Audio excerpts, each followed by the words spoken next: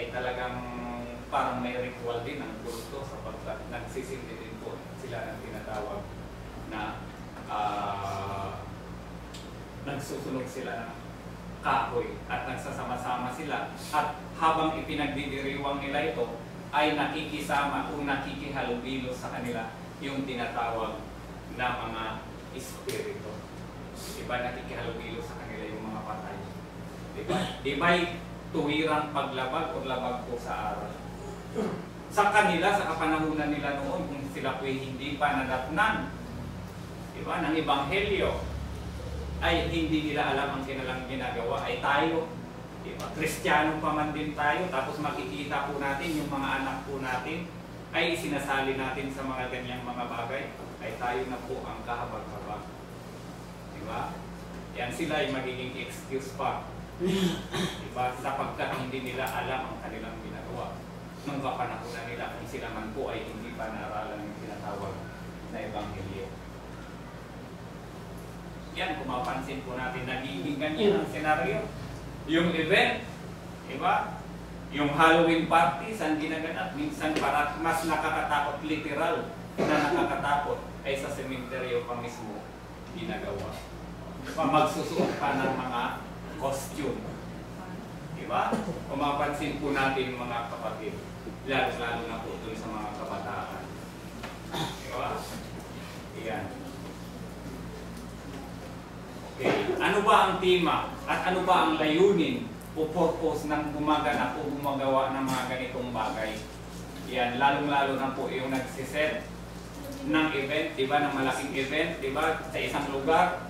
Yan, kapag nagdiriwang sila ng ganyan, ano ba yung tema at ano ba ang layunin nila? Tayo nga sa araw-araw po natin, kung ano po yung ating ginagawa, ay may layunin o may purpose po tayo. Ano ba ang layunin nila? Diba? Alam ba nila yung layunin kung bakit nila ginagawa yun o hindi? Ay kung alam po nila, diba? Ay talagang katakot-takot po, nakasalanan po yun. Okay? The holiday is often focused on terms of death, fear, witchcraft, vampires, and evil spirits. Diba? Yun po yung tema niyan eh. Ano bang tema niyan? Tapos yung anak po natin, diba? Yung kapamilya po natin, diba? Ay paano kung nabautismuhan pa ba tapos nakihalubilo pa sa mga ganyang gawain? Diba yan ba'y nakakatuwa sa paningin ng Panginoong Diyos? Diba? Saan nakapokus yan? Diba? Ipinapakita niya yung kamatayan. May nagpo-costume pa ng costume ni kamatayan. Diba? Ito po ay naglilikha ng katatakutan sa mga bata. Diba? Mayroon pa mga mangkukulam. Diba? Ano pa? Mga vampira at higit sa lahat yung tinatawag na evil spirits. Tumatawag pa ng mga espiritu sa pamamagitan ng baso spirit. Douglas. Diba?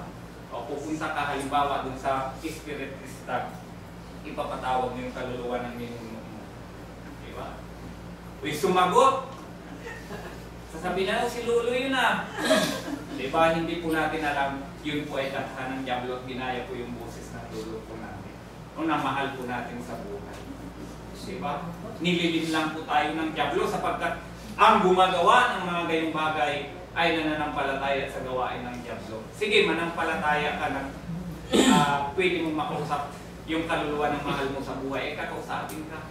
Nino, hindi po kundi yung Diablo at hindi po yung mahal po natin sa buhay. Bakit? Sumasampalataya po tayo sa ganung gawain eh. Ay talagang kakausapin po tayo ng Diablo at hindi po yung mahal natin sa buhay. Ano po? Bakit sinasabi po natin kanina? Yan, ito po ay laban o labag sa aral ng salita ng Diyos. Sapagkat ito nga po ay nagpo-promote ng tinatawag po natin evil works. Diba? There are some biblical warnings against evil works from Ephesians chapter 5 verse 11. Yan. Okay, and being unequally yoked with unbelievers. Diba? Dapat lang na kung sila ang mga gumagawa nito ay mga taga-sanlibutan at mga hindi mananampalataya. Anong sabi niya Apostol Pablo? Yan, huwag kang makisali, no, o makibahagi sa gawain ng mga hindi mananampalataya. Diba? Kung sila yung mga mananampalataya, gagawin nila yung mga bagay na yun na pinupromote mo ang gawain ng masama at ng diablo. Diba? Yan din po ang sinasabi sa 2 Corinthians chapter 6 verse 14. Yan. Mga kailangan para iwasan ang mga ganitong gawain na gawain ng diablo. No? Yan. Kung sino man po ang nakibahagi, no? Hindi ko po hinatulan at hindi ko po ipaalaala sa akin. Hindi naman po sa inyo bagos para din po sa akin. Sa ating lahat na nanawa sa mga susunod na pagkakataon ay sawatain po natin yung mga bagay na yan. Ito po ang sinasabi ng banal na kasulatan. Yan, sa sulat na Apostol Pablo sa mga taga-Efeso, chapter 5 verse 11, sa mga mananampalataya sa Efeso, mga Kristiyano sa Efeso. Anong sabi niya? At ganoon din po sa ating mga Kristiyano. At huwag kayong makibahagi sa mga walang mapapakinabang na gawa ng kadiliman, kundi bagkus inyong sawatain. Diba? Yan po ang sabi ni Apostol Pablo. Gawain ba ng kadiliman yung tinatawag po natin? Halloween pa. Gawain po ng diablo yun. Huwag po tayong tuwang-tuwa na yung ating anak ay susuutan tayo pa, kinonsinti pa natin, sinuutan pa natin ang costume. Diba? At siya din po ay pinag-participate natin sa gawain ng diablo. Yan. Yun po ang sabi ni Apostol Pablo sa mga taga-Efeso. Ito naman po ang sabi ni Apostol Pablo sa mga taga-Corinto, ikalawang sulat niya, chapter 6 verse 14. Huwag kayong makipamatok ng kabilan sa mga di nagsisampalataya. Yan, sapagkat anong pakikisama mayroon ang katuwiran at kalikuan. O anong pakikisama mayroon ang kaliwanagan sa kadiliman. Diba, nakakalungkot kung halimbawa po tayo po'y mananampalataya at makita po natin ang ating kapatid sa pananampalataya. Aba, yung may costume ni kamatayan, si Brad Janmir yun ha. O, diba, kaya pala si Brad Janmir, wala nang isang araw ay nandun pala sa event na yun. Diba? O, diba nakakagulat at nakakatakot yung mga ganong senaryo. Diba? O kung halimbawa makita man po natin yung mga kapatid na nalamig sa pananampalataya ay abay, naging abala po pala sa gawain ng sanlibutan. Diba? Yan po ang sabi ng Apostol Pablo sa kanyang sulat sa mga taga-Corinto. Huwag kayong makipamatok. Huwag kayong makipag-join sa mga ganyang gawain. Yan. Anong pakikisama ninyo bilang mga Kristiyano dyan, bilang mga mananampalataya sa gawain ng kalikuan yan? Diba? Yan. Kaya mapansin po natin mga kapatid, dahil po sa mga tradisyonal na paniniwala na minana din po natin sa mga matatanda sa salit-saling sabi. Yan, doon sa mga pumanaw po natin mahal sa buhay. Okay, pag namatay, malungkot po pa daw pagdating ng ilang araw. Yan. So, kaya kung mapansin po natin mga kapatid, once po na namatay ang isang tao, mahal man po natin sa buhay, kaibigan.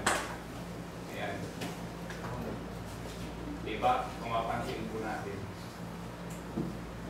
Ang espiritu po niyan babalik sa Diyos once na namatay. Hindi po yan, alisin po natin yung paniniwala nitong mga Katoliko. Hindi po tayo naninira sapagkat inihahayag po natin ang maling aral po nila.